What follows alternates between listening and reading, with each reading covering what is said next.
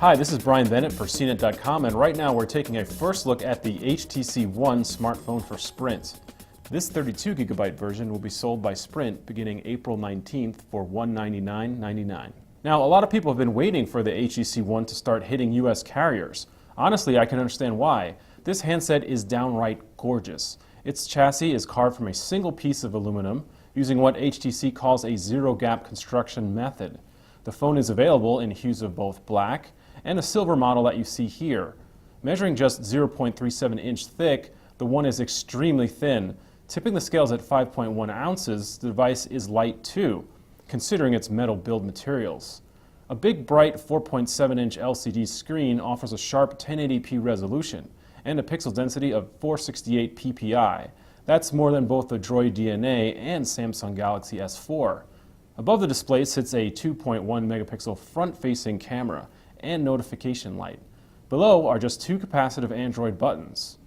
Two massive speakers sit on either side of the screen, which enable what HTC calls boom sound, really a flamboyant phrase describing the One's stereo sound, plus that it produces a lot more volume than typical phone speakers. What's really interesting is how the power button also doubles as an IR blaster to control home theater equipment. A volume rocker is placed on the right side, while a SIM card slot holds court on the left. On the bottom edge sits the phone's micro USB port. Around back is the 4-megapixel main camera and LED flash, which also uses HTC's ultra-pixel sensor. Positively packed with advanced software components and features, the HTC One runs Android Jelly Bean with the company's latest iteration of Sense UI on top of it. What's really new here, though, is the Blink Feed feature, which acts similarly to Flipboard and other news aggregators to pull in updates from a curated group of sources. You can push Blink Feed to the side and use another more traditional home screen as your main default view. You can't, however, get rid of Blink Feed completely. Blink Feed also shows the weather and time, plus slick animations to indicate current weather conditions.